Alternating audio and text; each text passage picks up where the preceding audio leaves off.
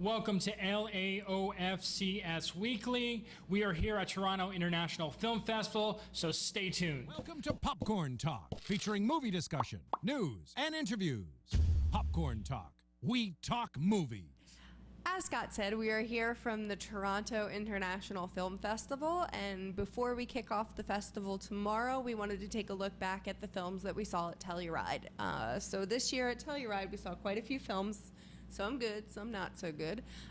So what we're going to do is we're going to kind of talk about those movies. We're going to give you a little bit of the plot, a little bit of our thoughts on the movie, and we're actually not going to give them a rating, just because we think we want you to decide for yourselves. We don't want it to influence you as much, saying, oh, it's an 8 out of 10, or it's a 9 out of 10, or it's a 2 out of 10. So we're going to step away from that for this podcast. So the movies that we saw at Telluride were The Old Man and the Gun, First Man, Destroyer, Boy Erased, The Favorite, Roma, White Boy Rick, The Front Runner, and Can You Ever Forgive Me? So we're going to start with the first movie, which was The Old Man and the Gun. That's what we saw for our press film. The first Telluride, Telluride is interesting because you don't actually know it's playing there until you arrive, which is really fun and exciting and a little bit different.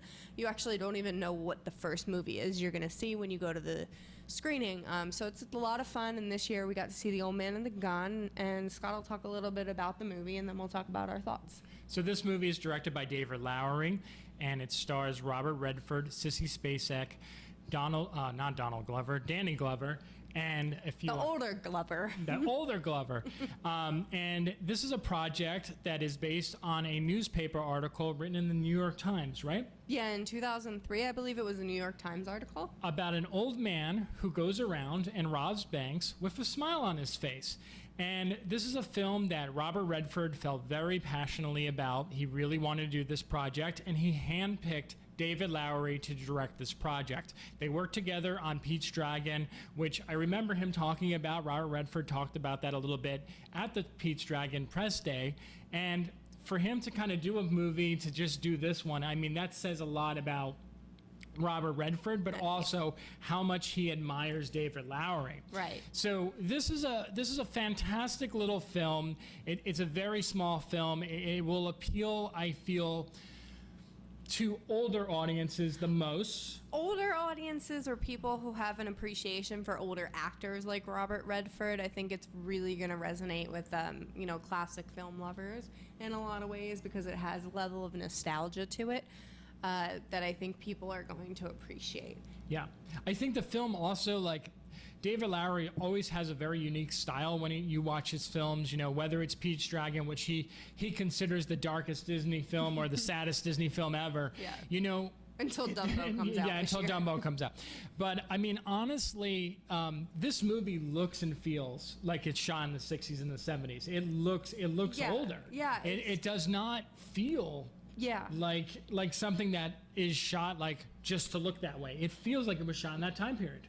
Yeah, no, I actually think it was shot with 16 millimeter film, if I'm remembering correctly. I think it is shot with 16 millimeter. They even use, a particular font within the movie that is reminiscent of one of Robert Redford's older films that he did. So it's, the film really does serve as a great bookend to a great career for Robert Redford.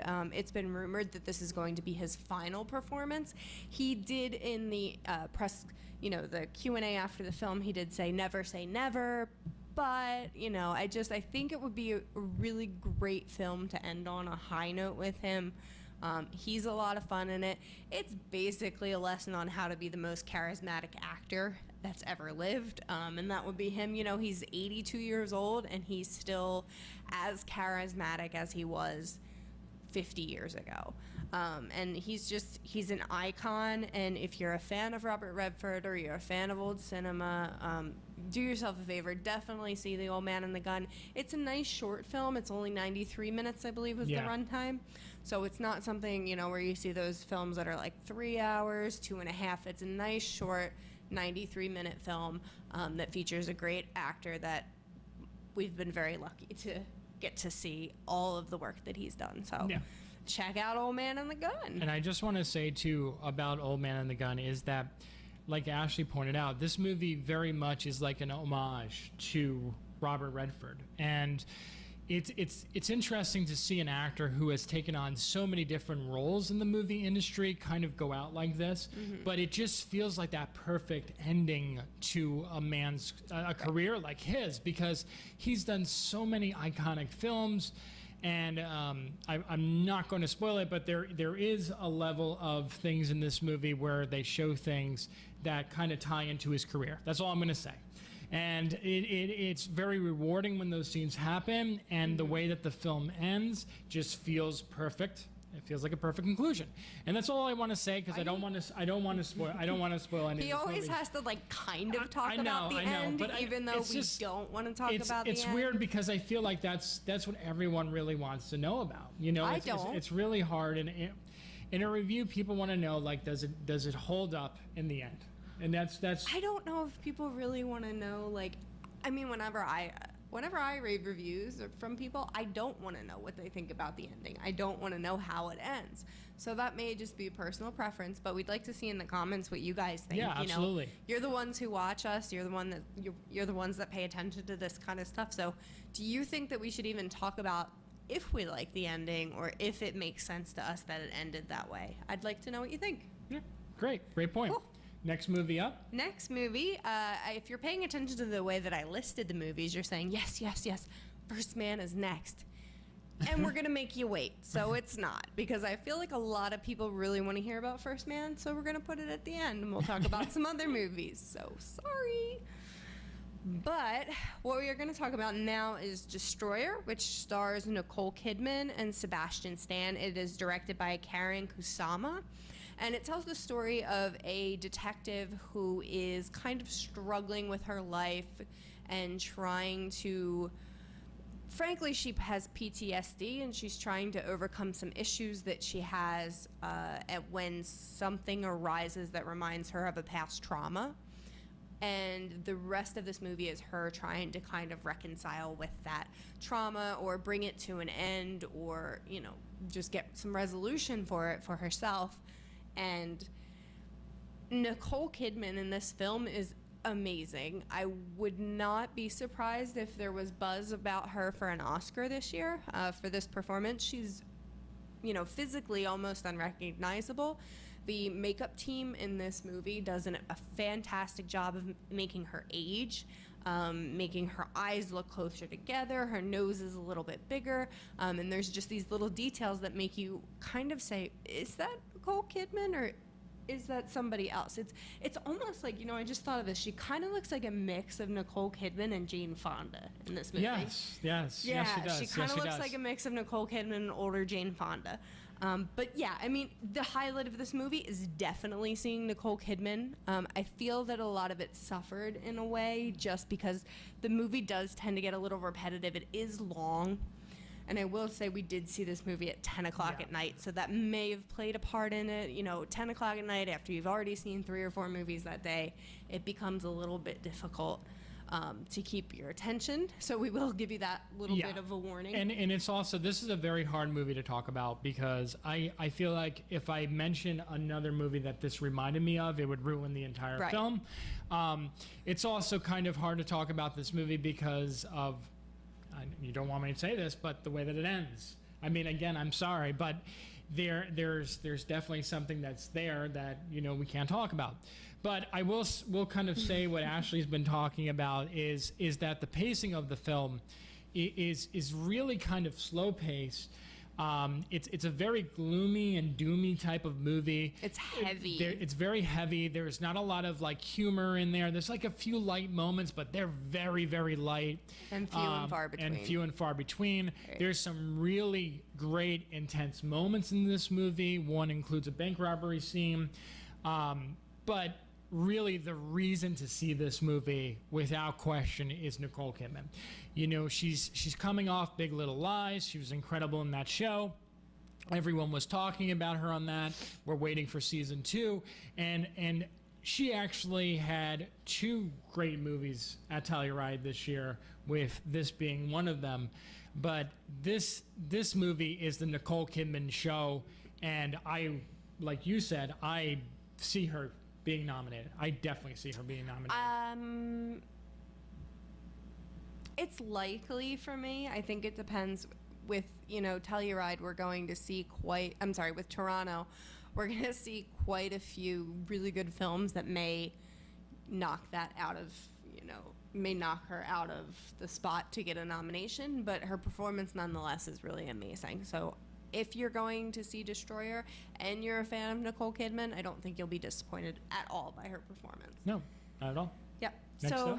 Transitioning into another Nicole Kidman film that played at Telluride, we're going to talk about Boy Erased, which stars Lucas Hedges, Russell Crowe, and Nicole Kidman. And it's directed by Joel Edgerton, who was also in the film in a little bit of a smaller role than everybody else. But what Boy Erased is about is based on a memoir written by Jared.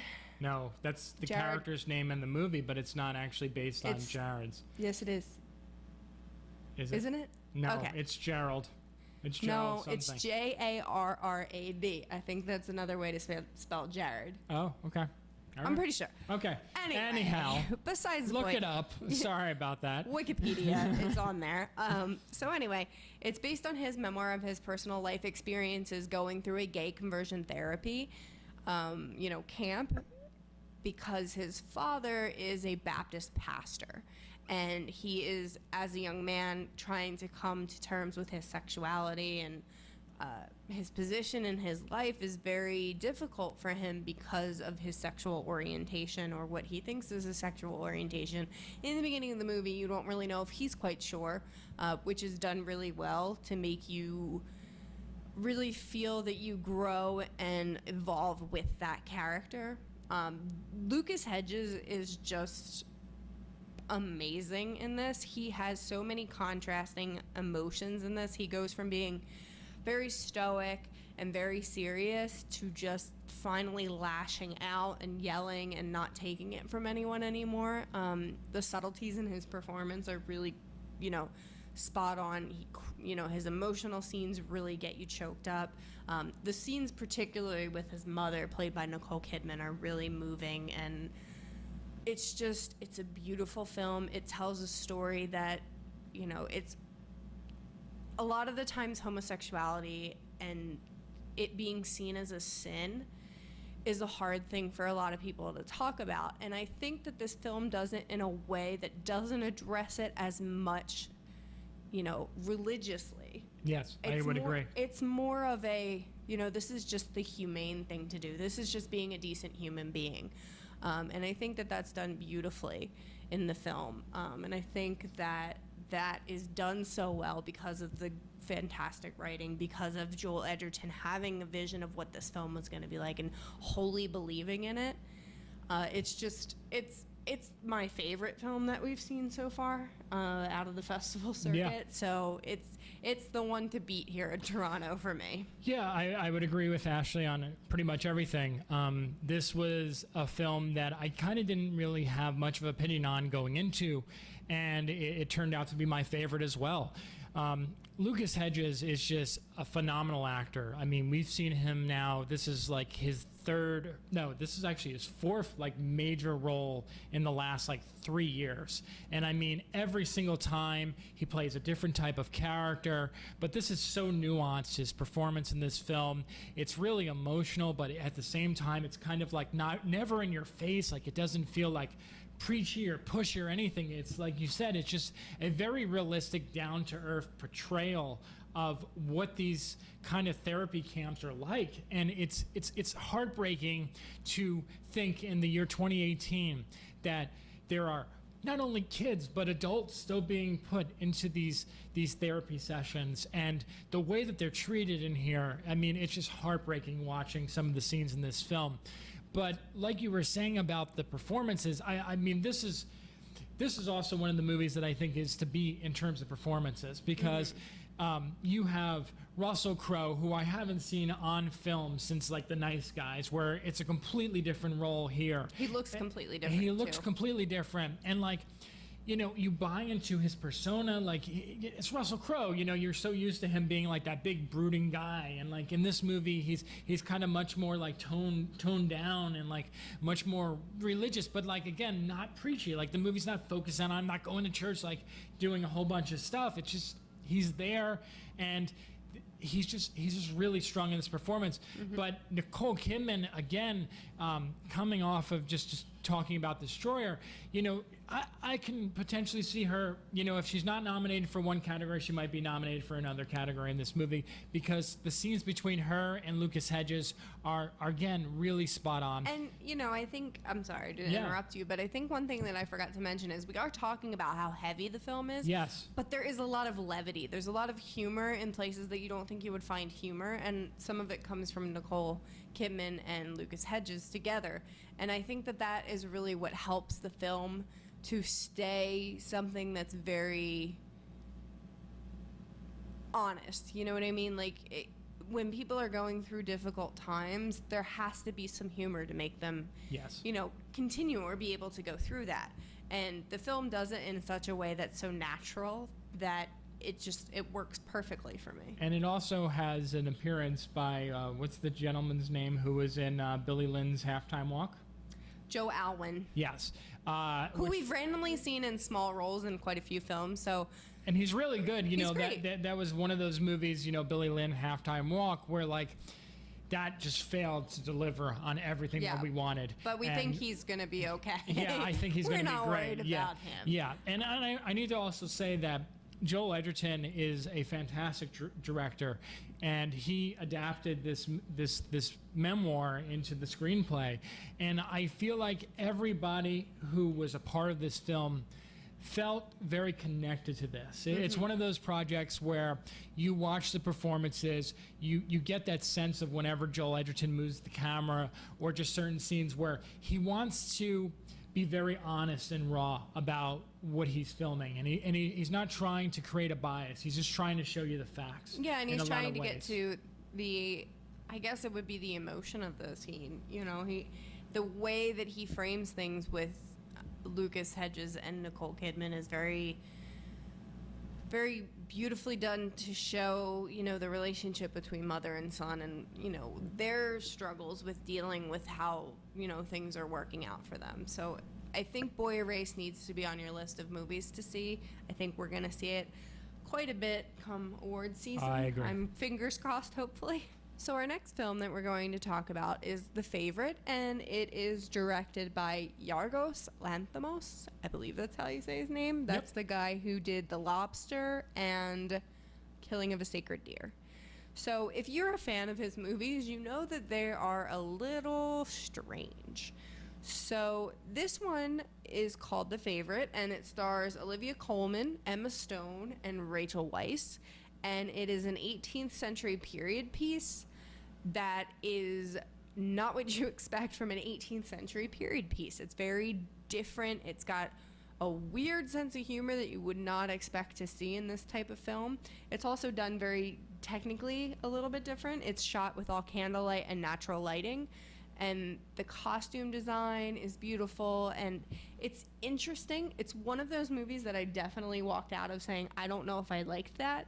And the more that I think about it, the more I think about parts of it, the performances or something else, the more I actually think it is a pretty great movie, and it's pretty entertaining. It is by no means for everyone, but it's a little weird.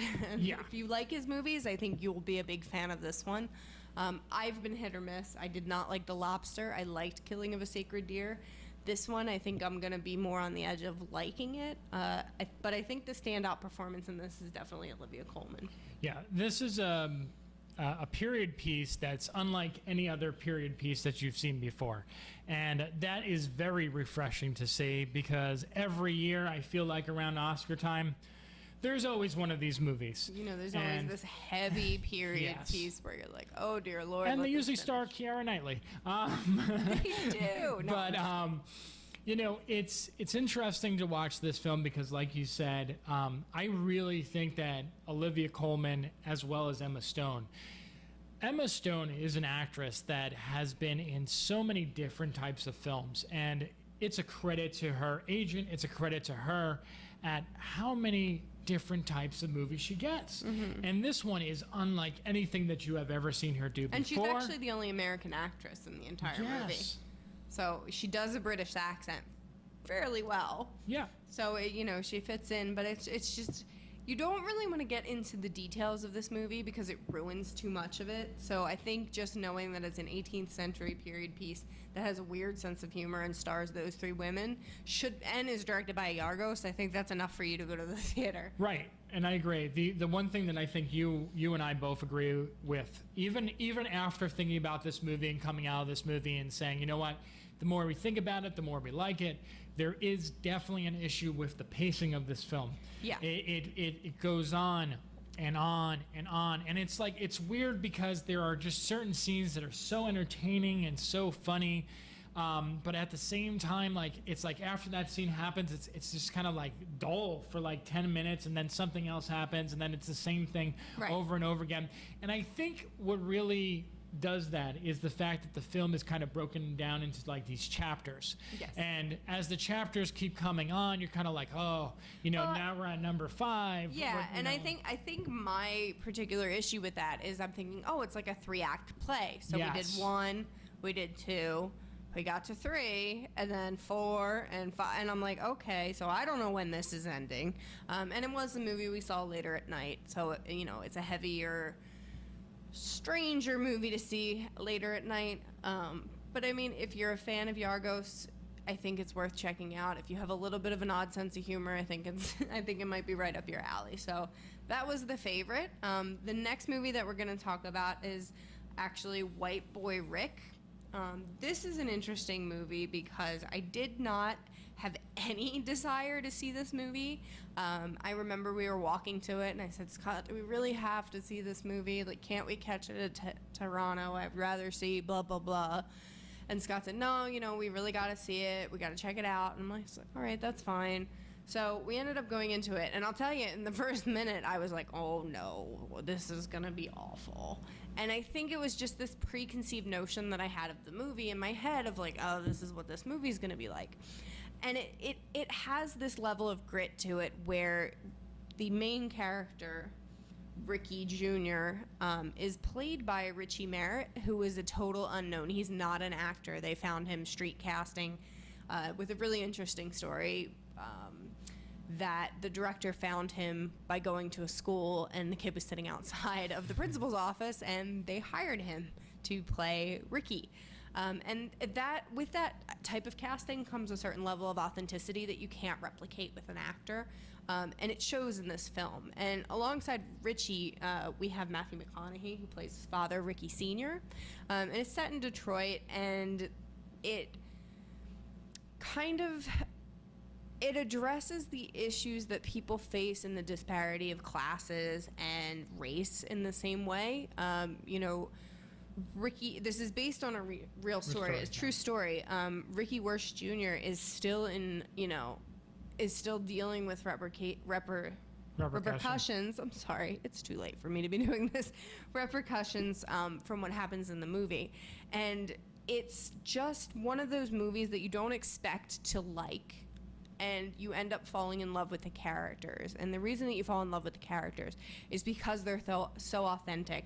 And Jan Demange, who is the director, does a great job of bringing out the relationships in the movie, how the father and son dynamic works, how the sister and brother dynamic works, how everything is kind of rolled together into one. And it's a great movie that makes you question things and makes you think about the status of things and how it's handled in our country. And this is something that happened in 1987, which was the year I was born. So it's to know that this is still affecting someone today, it's just fascinating. So I definitely think that White Boy Rick may be the movie that surprises you, that you're going to see and you're not going to expect to like, but I think you'll really end up appreciating it. Yeah, I mean, I completely agree again. We should disagree. I know, we should every once in a while. But we will. This is one of those movies where the performances really kind of elevate this story. And a lot of the themes with that are discussed in this film are not things that are like unknown. You know, we know things happen like this where police go into neighborhoods, poorer communities, and you know they judge them and they try to turn people against one another. Yeah, and they target those poorer communities. Yeah, it's been discussed. That's exploited and talked about in White Boy Rick. In this movie. And I think when you mentioned about this Richie Merritt, I mean, whenever you watch a movie, there's always this notion that you're watching actors. And it's funny because there's another movie that we'll be talking about shortly that is also like this, where someone who hasn't acted before is starring in a film along people who are well known, like Jennifer Jason Leigh and Matthew McConaughey. And you see this natural progression and almost see how these other actors have to kind of like change the way that they talk and how they're performing to match a natural like relationship. Right. And this kid is destined to go places if he wants to go places. I mean, that I thought was very interesting, that he didn't show up to the Telluride Film Festival because it seemed like he didn't want to go. And it'll be interesting to see if he actually takes more roles after this movie. But he does bring a level of authenticity to this role that is very surprising. Right. Also, I have to give Matthew McConaughey a lot of credit. I've seen a lot of movies with Matthew McConaughey. He's been very hit or miss for me as an actor.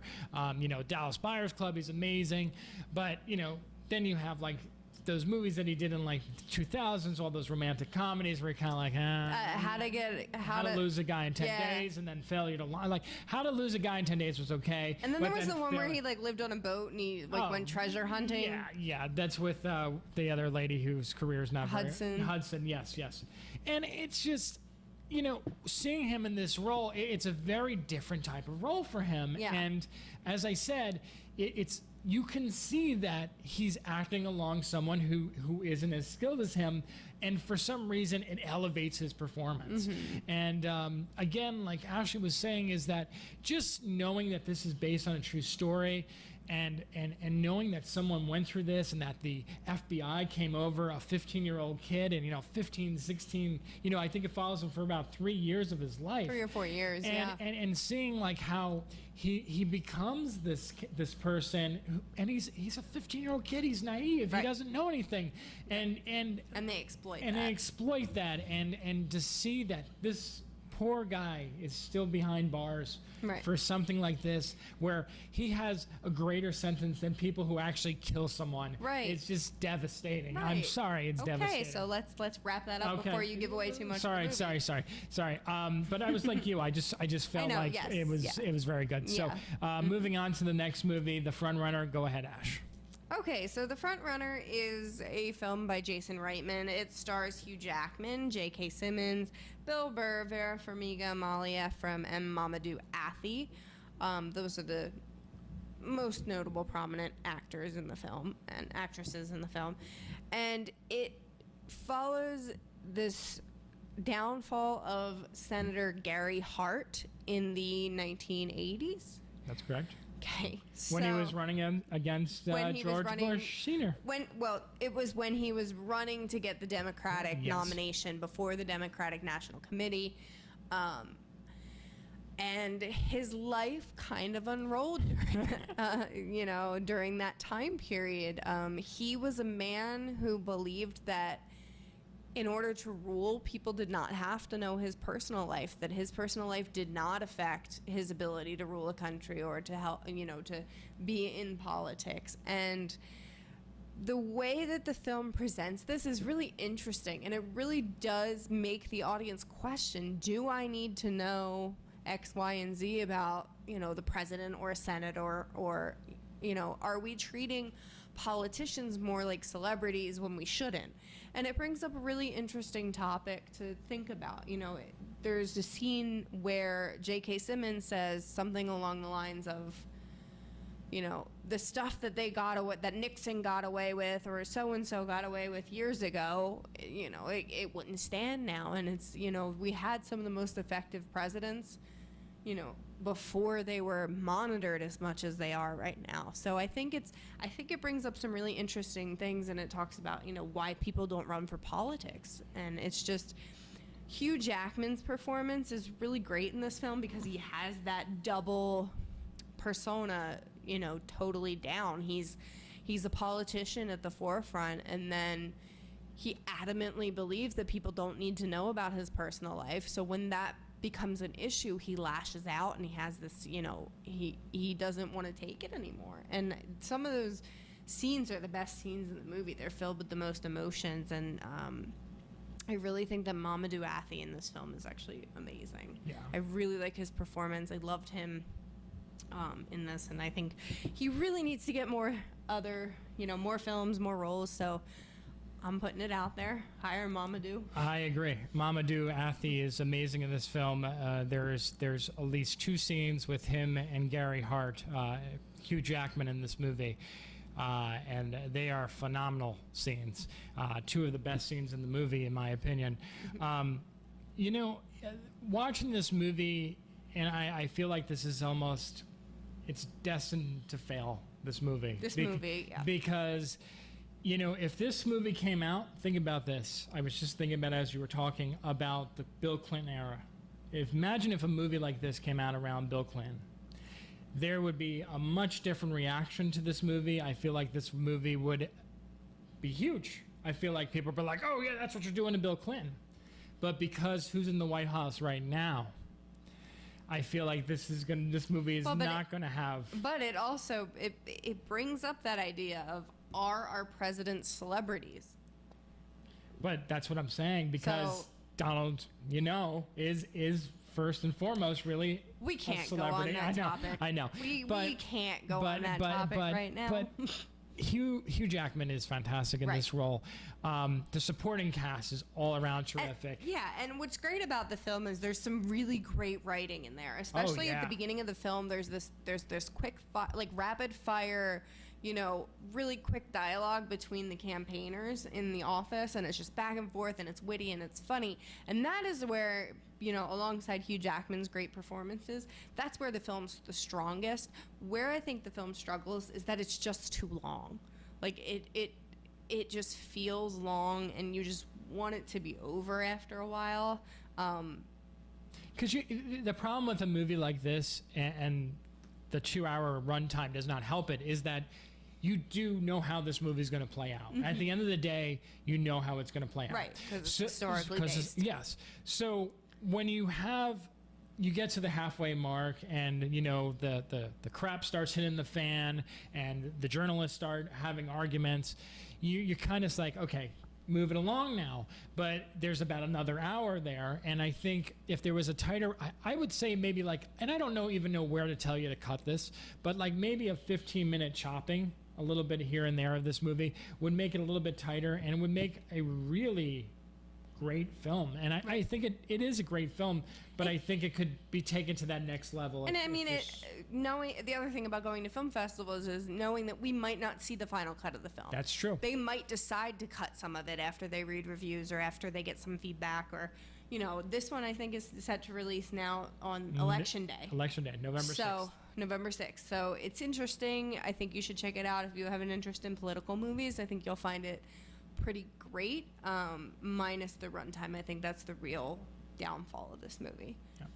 So we have a few more movies to talk about. We're going to discuss Can You Ever Forgive Me, which stars Richard E. Grant and Melissa McCarthy, and it is directed by Marielle Heller. And this is also based on a true story. There's a lot of films that were based on true stories this year. And this one was based on the story of Lee Israel, a former author who gets herself in some trouble with counterfeiting documents. And it kind of gets her in trouble with the FBI. She's a little struggling through some things in her life. She can't find a job. She can't get her next book out. And it's a very difficult movie in some places to watch because it's another one of those that feels too long, even though it's not that long.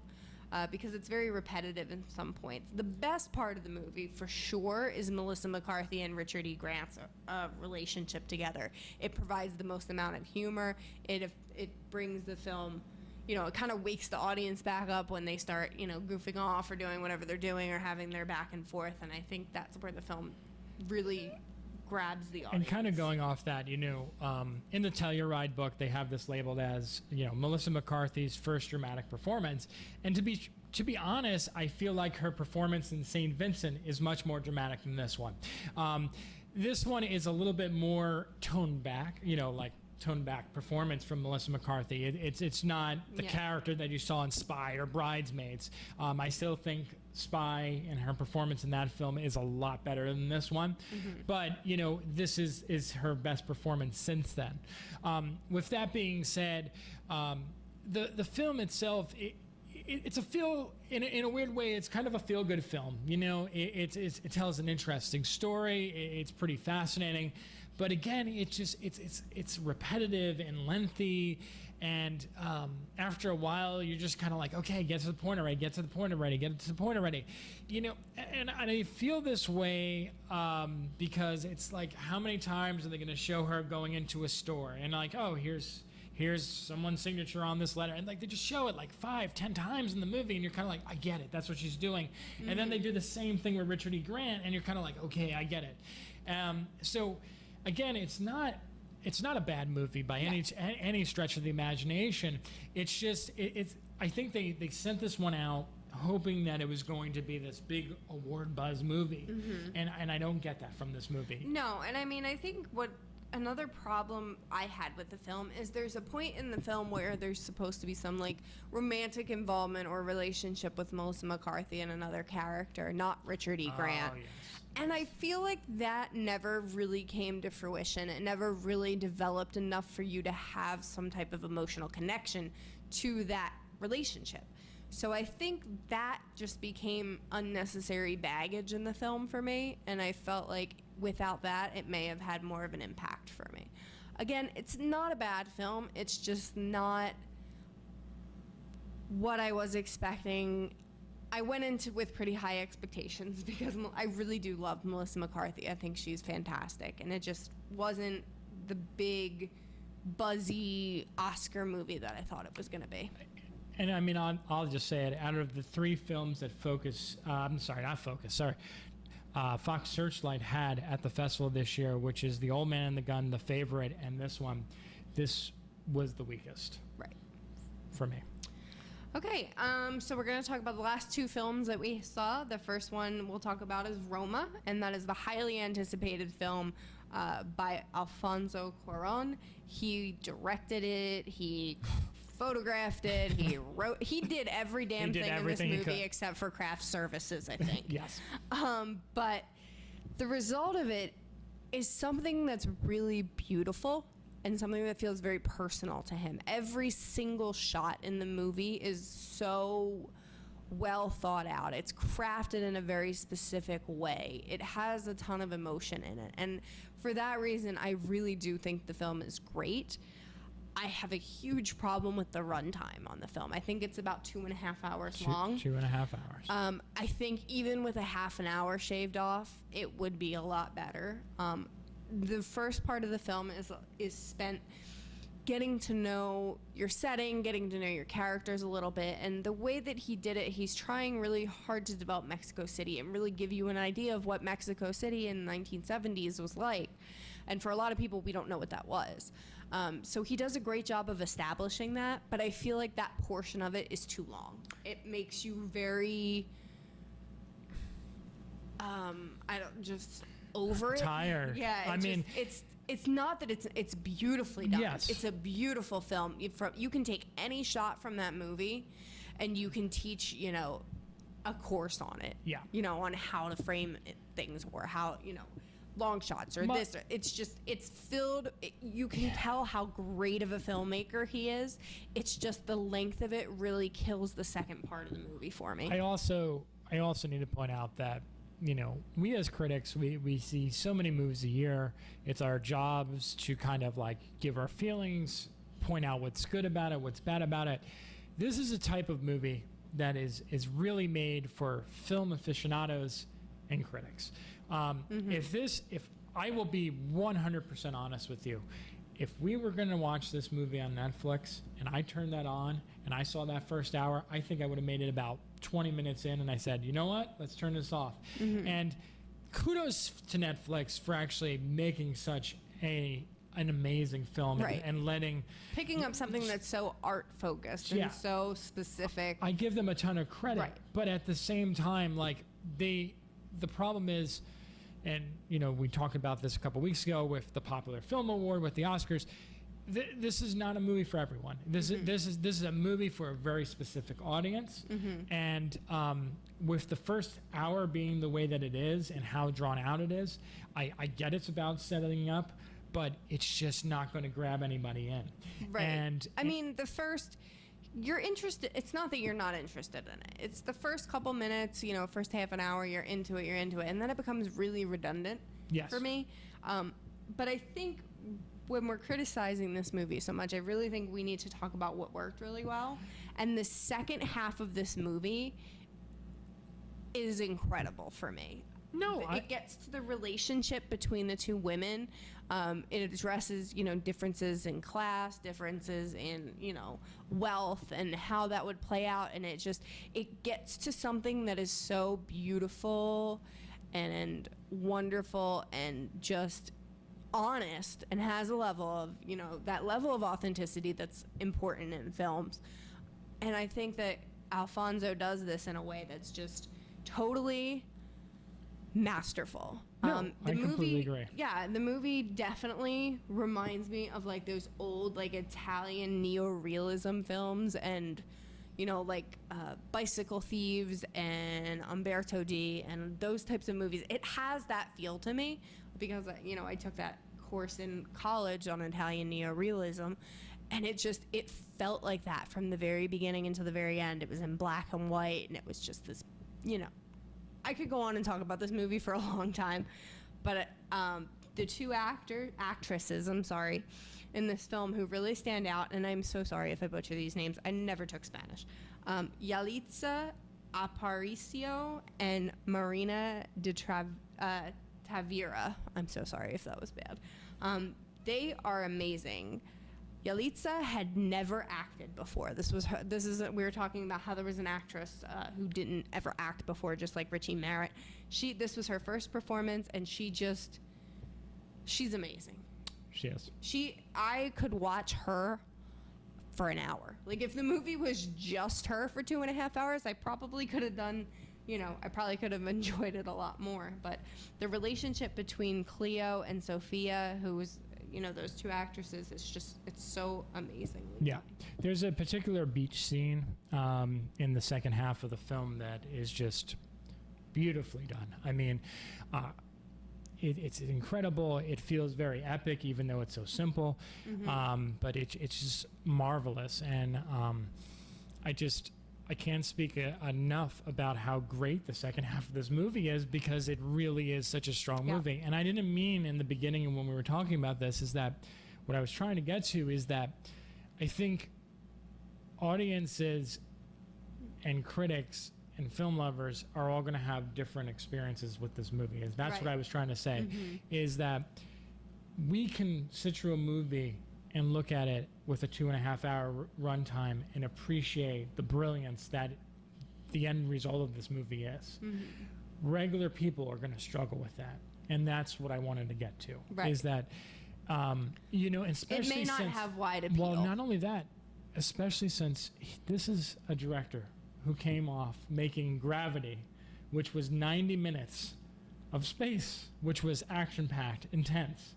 And then he goes to this, which is a very personal film, a very raw film, a very emotional film. So it's a much different thing, and I think you're going to see a lot of this movie. You're going to see it on a lot of people talking about this movie, but just be warned. Like I said, if you're a casual moviegoer, it might not be for you. That's it.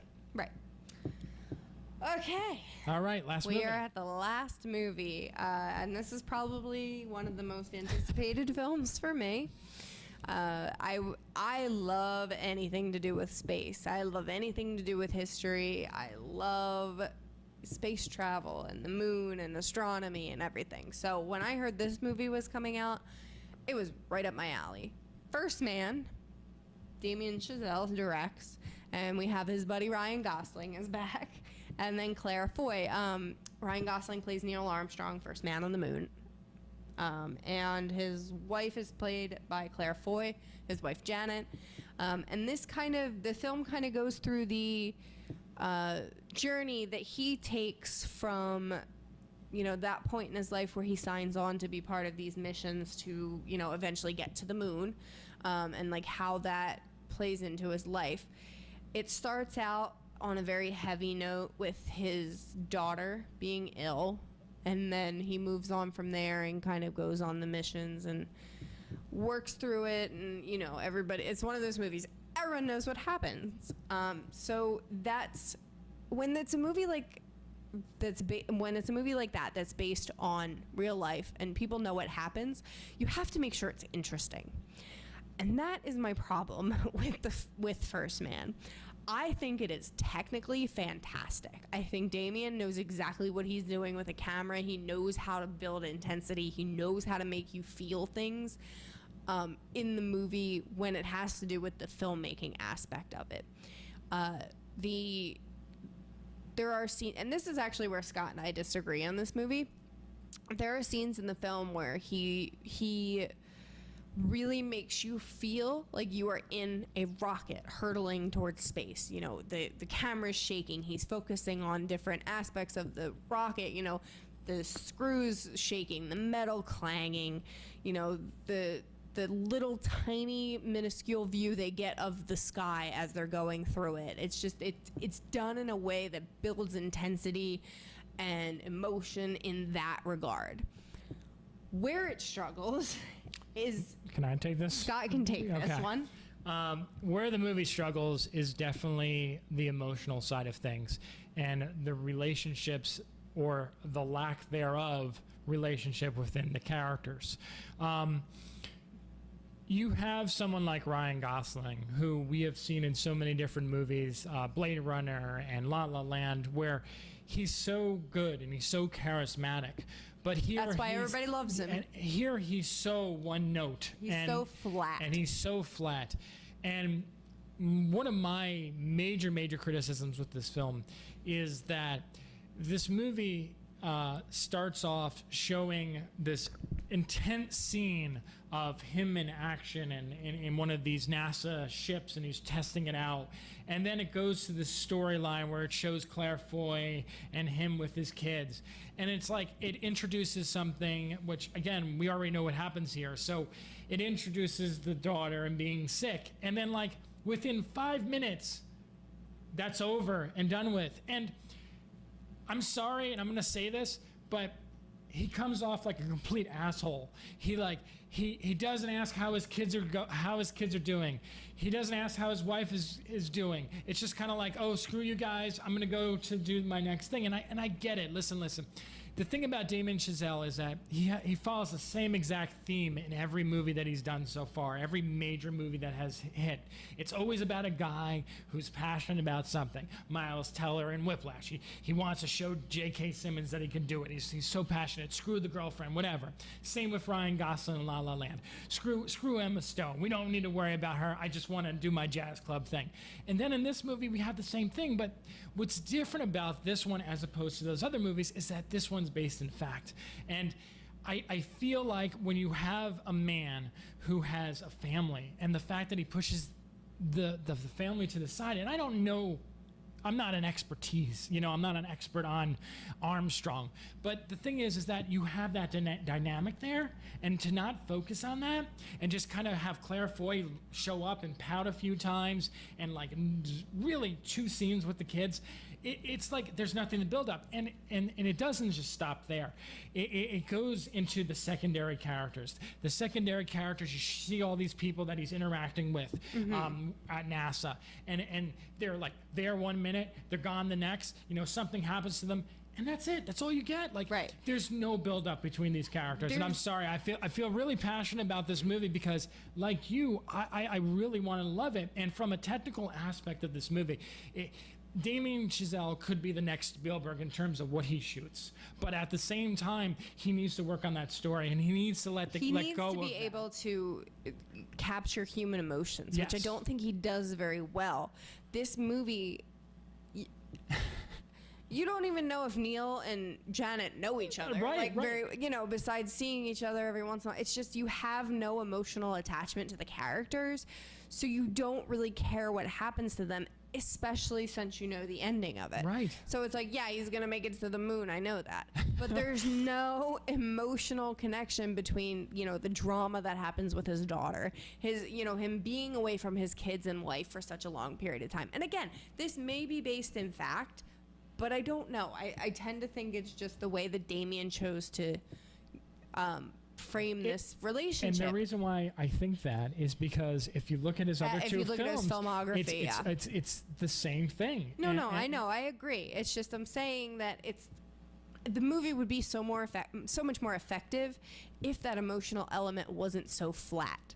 I think that is where I really struggle. And these men are facing something that's insurmountable in a lot of ways. It's impossible, but they're being, these incredibly brave men, but we're not feeling any of the emotion from any of the characters. It's like Scott said, these people who he trained with and he works with are suddenly gone one day, and he has no emotional reaction. It's just, I don't know, like maybe that's how Neil Armstrong was, but it doesn't make for great cinema. So, I mean, I know a lot of people are very excited for First Man. I'm not saying that you shouldn't see it. I'm just saying I do have reservations about it, and I think that's where the film really lacks. Yeah, no, I completely agree.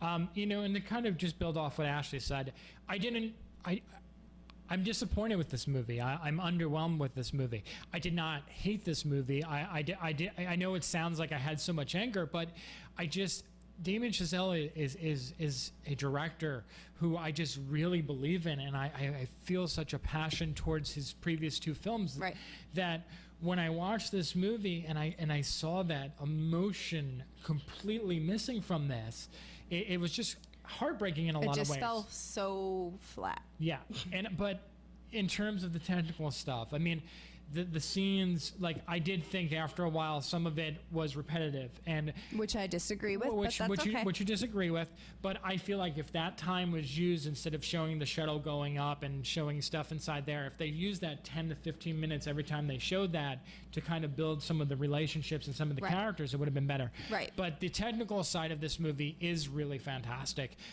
You pointed this out, and I got to give you credit for this. Is that it feels like an independent space movie. It's not grand. It's not like here's space. It's so vast. It feels very personal. You feel like you're inside the ship and you're part of the experience, and it's almost claustrophobic in a lot of ways.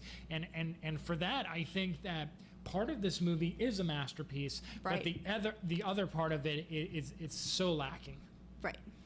So that's it. Yeah. And for a lot of these films, there are detailed reviews on We Live Entertainment. If you want to read a little bit more elaboration about them, please check out weliveentertainment.com. That is where both Scott and I write reviews. And if you're interested in any of these movies, go see them. You can ignore us. Feel free to. But we want to hear what you have to think. If you've seen them or you're excited for them or you have some opinions about what we've said, we would love to hear them. We will say that the First Man flag controversy is a little bit ridiculous. It does not affect the movie in any way. If people are just looking for something to be angry at, that's fine. But if you're one of those people that's concerned about how that impacts the movie, it doesn't. Nope. It's not really, anything. And, it's important, don't get me wrong, in the scope of American history. But in the movie, you don't miss it. It's a little ridiculous. Feel free to check us out on We Live Entertainment. Thank you for listening to the LAOFCS podcast. We're live from Toronto, getting ready for the Toronto Film Festival. We will continue to do updates. You can find me on Twitter at Ashley G. Menzel. And on Facebook, Ashley Menzel. And Scott can be found where? You can find me at weliveentertainment.com. You can also find me on two shows, which is on the AfterBuzz Network. The first is on the Popcorn Talk Network, which is Meet the Movie Press, which airs every Friday at 9 a.m. I am also on Black Hollywood Live every Sunday at 5 p.m. with Carla Renata, so check those two shows out as well. And of course this one, which we're going to try to do another one of these live updates for next week. From Toronto again. Please let us know in the comments box below if you like this show, if you like this kind of format. We're very happy to interact and talk with you. But until next time, guys, I hope you have a wonderful day. Keep watching movies, and we'll talk to you soon. Bye. Bye. From producers Maria Menounos, Kevin Undergaro, Phil Svitek, and the entire Popcorn Talk Network, we would like to thank you for tuning in. For questions or comments, be sure to visit popcorntalk.com. I'm Sir Richard Wentworth, and this has been a presentation of the Popcorn Talk Network. The views expressed herein are those of the hosts only and do not necessarily reflect the views of the Popcorn Talk Network or its owners or principals.